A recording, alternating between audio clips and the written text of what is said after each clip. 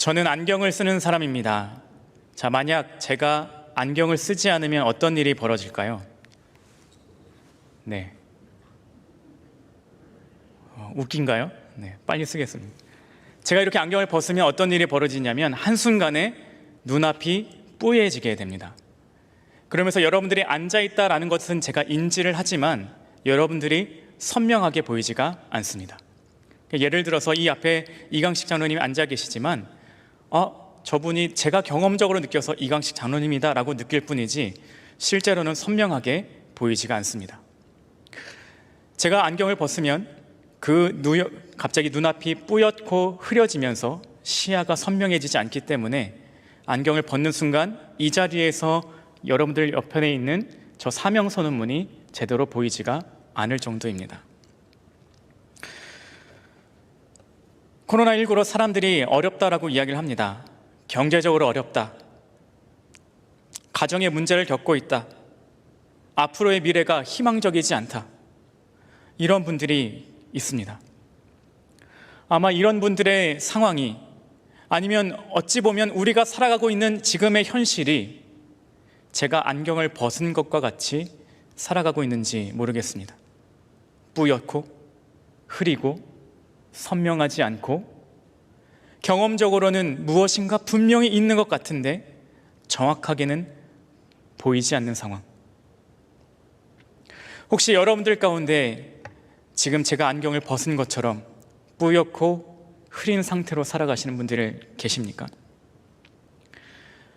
여러분들의 삶과 신앙이 안경을 벗은 것과 같이 뿌옇고 흐린 삶이 아니기를 바랍니다. 오늘 말씀에는 마치 안경을 벗은 것과 같이 삶을 살아가고 있는 사람들이 나옵니다. 바로 에스라 시대의 이스라엘 사람들이 바로 그렇습니다. 페르시아가 바벨론을 정복하면서 바벨론 포로로 살아가고 있던 이스라엘 사람들이 이제 예루살렘으로 돌아오게 되었습니다. 그리고 그곳에서 성전을 건축하게 됩니다. 무너졌던 성전, 이 예배당을 다시 건축하고 이들에게는 희망이 생겼습니다. 하나님께서 이제 긴 포로의 생활을 끝내고 우리를 다시 하나님의 선택된 자녀로 회복시켜 주실 것이다.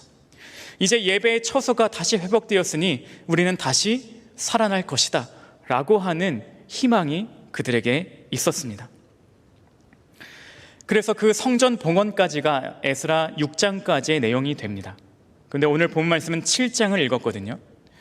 7장 1절 이렇게 시작합니다. 2일 후에 라고 하는 말로 시작합니다. 2일 후에 라고 하는 말 때문에 우리는 흔히 이 6장에서 7장으로 넘어가는 이 장면이 며칠 걸리지 않았다라고 생각을 합니다. 그런데 실제 역사적으로 보게 되면 6장에서 7장으로 넘어오게 되는 배경은 58년의 시간이 걸렸습니다. 대략 60년의 세월이 흘렀다라는 것입니다. 자, 그렇다면 그 60년 동안에 이들의 삶은 어떤 일들이 벌어졌을까요?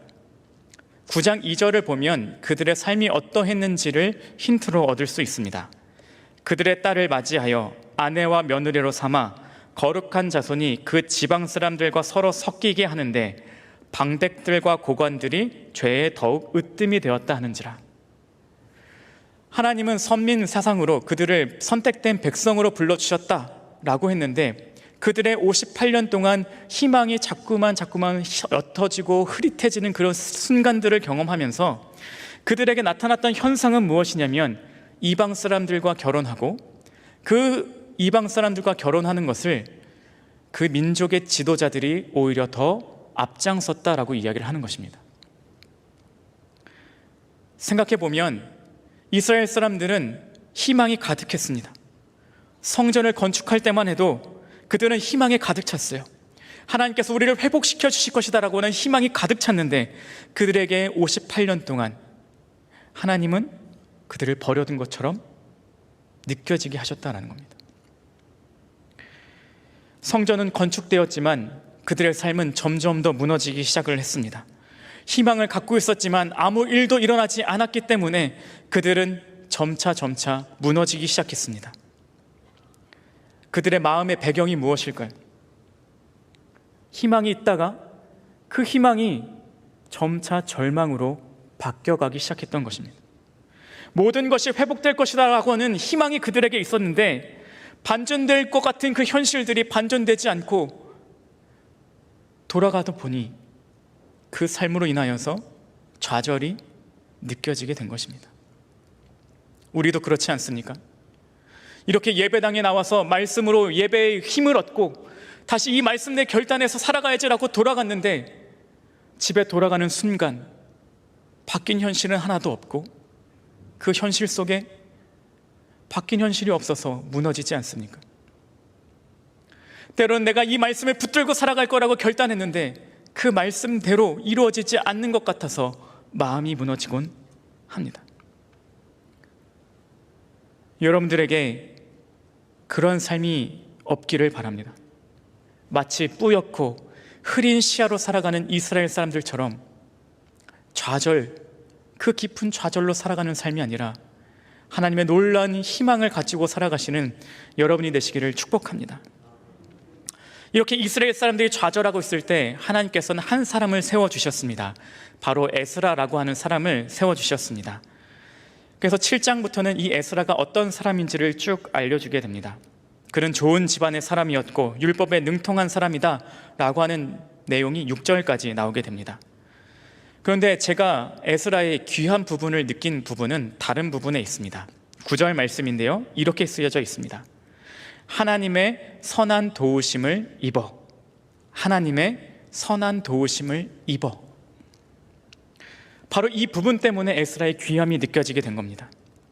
에스라 이 고백을 바라보면서 사람은 두 부류가 있음을 생각해 보게 됩니다. 첫 번째는 하나님의 선한 도우심을 발견하는 사람이 있고, 다른 한 사람은 하나님의 선한 도우심을 발견하지 못하는 두 부류의 사람이 있음을 알게 됩니다. 첫 번째로 하나님의 도우심을 발견하지 못하는 삶은 이 60여 년을 그냥 흘려보낸 이스라엘 사람들과 같은 삶의 모습입니다. 그들은 삶에 아무런 기대도 없습니다. 그들의 삶에는 자꾸 무너진 희망만이 있을 뿐이죠. 그래서 불평과 불만과 원망이 가득하게 됩니다. 출애굽기 32장에 보게 되면 모세가 하나님의 그 십계명을 받게 될 때 아론과 그의 일당들이 벌인 일들이 기록이 되어 있습니다. 그 장면을 보게 되면 자신의 민족인 지도자인 모세가 보이지 않으니까 이 사람들이 불안해지기 시작했습니다. 그래서 아론에게 우리를 위한 신상을 만들어 달라고 이야기를 합니다. 그들은 그렇게 불안했고 불만이 생겼고 불평하기 시작했습니다. 그리고 원망하기 시작했죠. 하나님의 도우심을 발견하지 못하는 삶은 자연스럽게 원망과 불평과 불만과 이 모든 희망이 없어진 것 같은 삶을 살아갈 수밖에 없다라는 것입니다. 이스라엘 사람들이 바로 그런 삶을 살아가고 있는 것입니다. 58년의 그 세월 속에 그들은 점차로 절망했고 현실에 순응하기 시작한 것입니다. 그리고 점차로 무감각해지게 되었습니다. 그리고 그들은 점차 뿌옇고 흐린 시야로 살아가게 된 것이죠. 혹시 여러분들의 요즘의 삶에 원망과 불평이 나도 모르게 더 가까운 삶은 아니십니까? 그렇다면 여러분들의 삶을 돌아봐야만 합니다. 내 삶이 나도 모르게 원망과 불평과 절망이 더 가까운 것은 아닌가? 여러분의 삶이 하나님의 도우심을 발견하는 삶이 되시기를 바랍니다. 좌정과 불평과 원망, 절망에 가까운 삶이 아니라 하나님의 도우심을 발견하는 삶이 되시기를 축복합니다. 반면 에스라의 진정한 귀함은 이 하나님의 도우심을 발견했다는 것에 있습니다. 자, 바벨론에서 예루살렘으로 돌아오는 장면이 9절을 이야기하는데요, 에스라가 하나님께서 도와주셔서 이 자리까지 무사히 돌아왔습니다 라고 고백하는 겁니다. 근데 단순히 9절에서만 고백하는 게 아니라 그는 계속해서 이 말씀을 고백하는 것을 볼 수 있습니다. 7장 6절에도요 그의 하나님 여호와의 도우심을 입음으로 라고 고백합니다. 또 8장 18절에도요 우리 하나님의 선한 손의 도우심을 입고 라고 고백합니다. 또 8장 31절에도 이렇게 고백합니다. 우리 하나님의 손이 우리를 도우사라고 고백합니다. 그러니까 에스라는 계속해서 고백하는 겁니다. 나의 삶에 하나님의 선한 도우심이 있었습니다. 나의 삶에 하나님의 선한 도우심이 있었습니다. 계속해서 고백하는 거죠. 결정적으로 에스라의 이름의 뜻이 여호와께서 도우신다라고 하는 의미입니다. 그러니까 에스라는 이름부터 해서 자기 삶 전체를 통하여 하나님께서 나를 도우시고 있다라고 하는 그 고백을 계속해서 하고 있다는 겁니다. 그러니까 두 부류의 사람, 한 사람은 원망과 불평과 절망이 가득한 삶으로 나도 모르게 살아가고 있고, 하나님의 도우심을 발견하는 삶은 하나님께서 하셨습니다, 하나님께서 도와주셨습니다, 하나님께서 나를 이끄셨습니다 라고 고백하는 삶으로 살아가더라는 것입니다. 자, 여러분의 삶은 어떠한 삶이십니까? 나도 모르게 원망이 가득한 삶, 하나님의 도우심이 가득한 삶, 여러분들의 삶은 어떠한 삶이십니까? 제가 결혼하고 2주 만에 춘천으로 사역을 나가게 되었습니다. 사실 제 마음속에는 질문이 계속해서 있었습니다. 하나님, 저 신혼인데 왜 이 강원도 춘천에 저를 사역을 보내셨죠? 저 대학원도 다녀야 되는데 왜 이곳에 보내셨죠? 라고 하는 질문이 제게 늘 떠나지 않고 있었습니다. 그런데 2년이 지나고 서산으로 담임 목회를 나가면서 알게 되었습니다. 담임 목회를 딱 나갔는데요, 성도님들 중요 대부분이 춘천 분이신 겁니다. 그래서 춘천에서 사역하고 왔다는 이유 하나만으로 저를 엄청나게 환영해 주시는 겁니다. 그뿐이 아니라 제가 춘천에서 모셨던 담임 목사님에게 은혜를 많이 받았던 지방 목사님이 거기서 목회를 하고 계셨어요. 그래서 제가 그 목사님을 모시다가 왔습니다 라고 했더니 저에게 때마다 쌀과 배추와 과일들을 떨어지지 않게 계속해서 갖다 주시는 겁니다. 그뿐이 아니었습니다. 제가 신학생 시절에 같이 사역했던 부목사님이 그 지방에 또 계셨어요. 그래서 저를 또 때마다 챙겨주셨습니다. 제가 그 일을 겪으면서 확신했습니다. 아, 하나님의 도우심은 분명히 있다. 하나님의 선한 도우심의 손길은 분명히 있다. 내가 발견하지 못하는 것이지 하나님의 선한 도우심의 손길은 분명히 있다. 여러분들에게 지금 나도 모르게 겪고 있는 아픔이 있습니까? 남에게 쉽게 말하지 못할 아픔이 있습니까? 괴로움이 있습니까? 걱정이 있습니까? 고민이 있습니까? 그 모든 것들이 하나님의 선한 도우심에 붙들려 있으면 훗날 여러분들이 고백할 간증거리가 될 줄로 확신합니다. 여러분들 속에 나도 모르게 절망과 불평과 좌절이 더 많이 생기시거든 하나님의 선한 도우심을 발견하는 삶으로 살아가려고 애쓰시기를 바랍니다.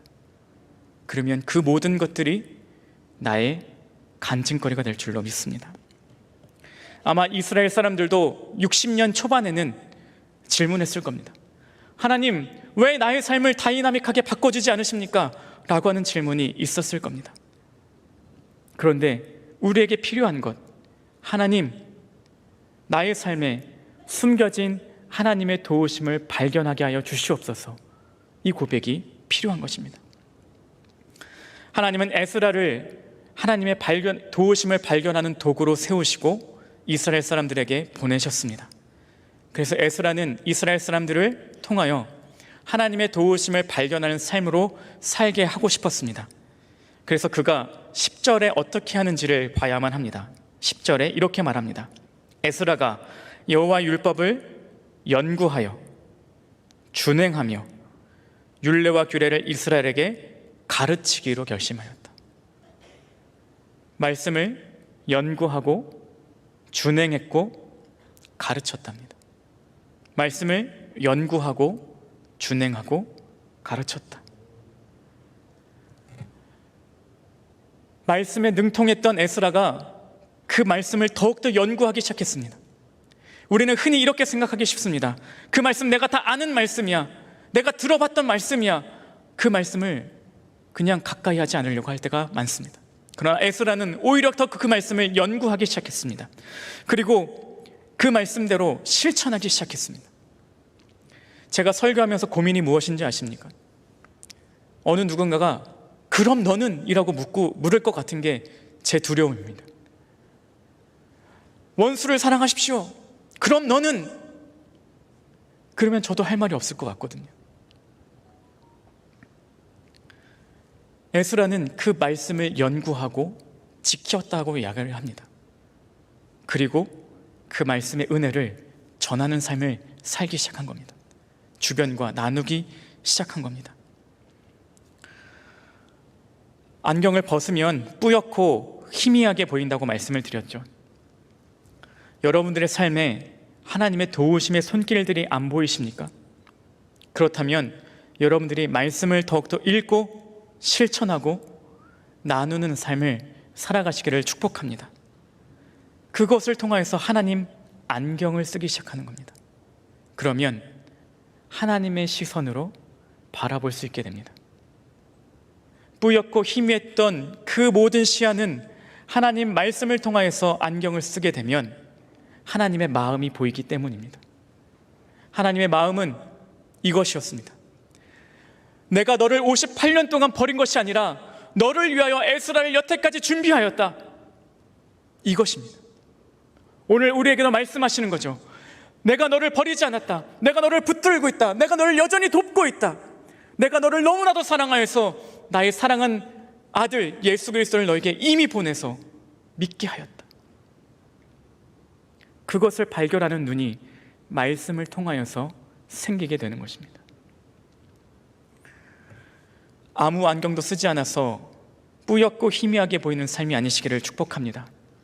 원망과 불평의 안경을 쓰는 것이 아니라 하나님의 안경을 쓰시는 사람들이 되시기를 축복합니다. 그래서 여러분들의 삶에 하나님의 도우심을 날마다 발견하는 삶이 되시기를 축복합니다. 저는 신앙생활을 보물찾기 하는 삶이다라고 정의합니다. 하나님은 여러분들의 삶에 하나님의 도우심을 곳곳에 두셨습니다. 여러분, 하나님 말씀을 읽고 실천하고 나누는 것을 통하여 하나님이 여러분들 주변에 숨겨두신, 곳곳에 놓아두신 그 은혜들을, 하나님의 선한 도우심들을 발견하시기를 축복합니다. 그래서 이 시간에 찬양하기를 원하는데요, 가사 중에 이런 가사가 있습니다. 모든 것이 은혜, 한없는 은혜, 내 삶에 당연한 것 하나도 없었던 것을 모든 것이 은혜였습니다 라고 고백합니다. 이 찬양 가사의 고백이 우리 모두의 고백이 되기를 축복합니다. 내가 누려왔던 모든 것들이, 내가 지나왔던 모든 시간이, 내가 걸어왔던 모든 순간이 당연한 건 아니라 은혜였소. 아침 해가 뜨고 저녁에 노을, 봄의 꽃향기와 가을의 열매, 변하는 계절의 모든 순간이 당연한 건 아니라 은혜였어. 내가 이 땅에 태어나 사는 것, 내가 이 땅에